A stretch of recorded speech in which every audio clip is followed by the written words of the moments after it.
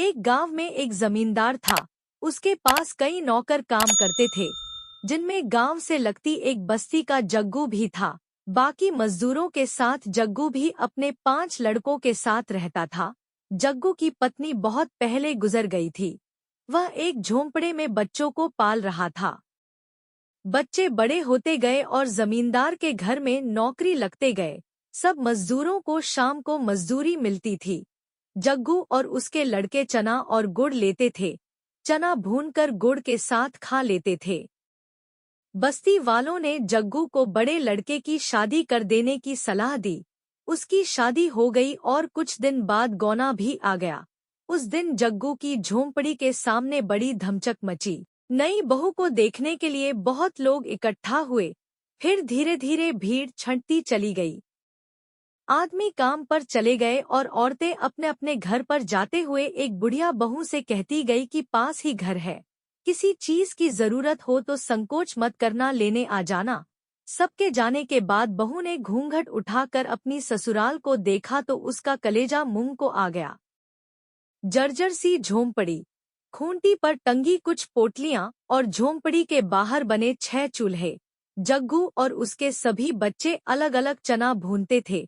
बहू का मन हुआ कि उठे और सरपट अपने गांव भाग चले, पर अचानक उसे सोचकर धक्का लगा कि वहां कौन से नूर गड़े हैं। माँ है नहीं, भाई के राज में नौकरानी जैसी जिंदगी ही तो गुजारनी होगी। यह सोचते हुए वह बुक्का फाड़ रोने लगी। रोते रोते थककर शांत हुई। मन में कुछ सोचा। पड़ोसन के घर जाकर पूछा, अम्मा एक झाड़ू मिलेगा? बुढ़िया अम्मा ने झाड़ू, गोबर और मिट्टी दी, साथ में अपनी पोती को भेज दिया। वापस आकर बहू ने एक चूल्हा छोड़ बाकी फोड़ दिए। सफाई कर गोबर मिट्टी से झोंपड़ी लीपी। फिर उसने सभी पोटलियों के चने एक साथ किए और अम्मा के घर जाकर चना पीसा। अम्मा ने उसे साग और चटनी भी दी। वापस आकर बहू ने चने के आटे की रोटियां बनाई और इंतजार करने लगी। जग्गू और उसके लड़के जब लौटे तो एक ही चूल्हा देख भड़क गए। चिल्लाने लगे कि इसने तो आते ही सत्यानाश कर दिया। अपने आदमी का छोड़ बाकी सबका चूल्हा फोड़ दिया। झगड़े की आवाज सुन बहू झोपड़ी से निकली और बोली, आप लोग हाथ मुंह धोकर बैठिए, मैं खाना लगाती हूँ। सब अचकचा गए, हाथ मुंह धोकर बैठे। बहू ने पत्तल पर खाना परोसा। रोटी, साग, चटनी। मुद्दत बाद उन्हें ऐसा खाना मिला था। खाकर अपनी अपनी कथरी ले सोने चले गए। सुबह काम पर जाते समय बहू ने उन्हें एक एक रोटी और गुड़ दिया। चलते समय जग्गू से उसने पूछा, बाबूजी, मालिक आप लोगों को चना और गुड़ ही देता है क्या? जग्गू ने बताया कि मिलता तो सभी अन्न है, पर वे चना गुड़ ही लेते हैं, आसान रहता है खाने में। बहू ने समझाया कि सब अलग अलग प्रकार का अनाज लिया करें।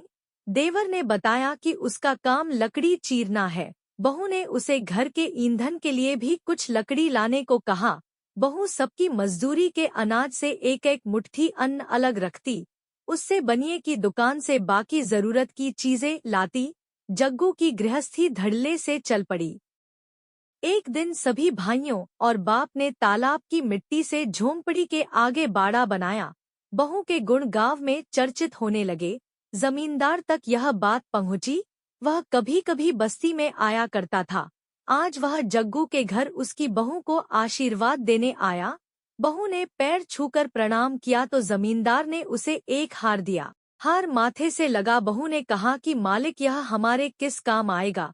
इससे अच्छा होता कि मालिक हमें 4 लाठी जमीन दिए होते, झोंपड़ी के दाएं बाएं, तो एक कोठरी बन जाती। बहू की चतुराई पर जमींदार हंस पड़ा। बोला, ठीक है, जमीन तो जग्गू को मिलेगी ही, लेकिन यह हार तो तुम्हारा हुआ। एक स्त्री ही है जो परिवार को एकजुट रखती है, घर संसार चलाती है, घर की मालकिन होती है। इसलिए कहा गया है कि औरत चाहे तो घर को स्वर्ग बना दे, चाहे नर्क।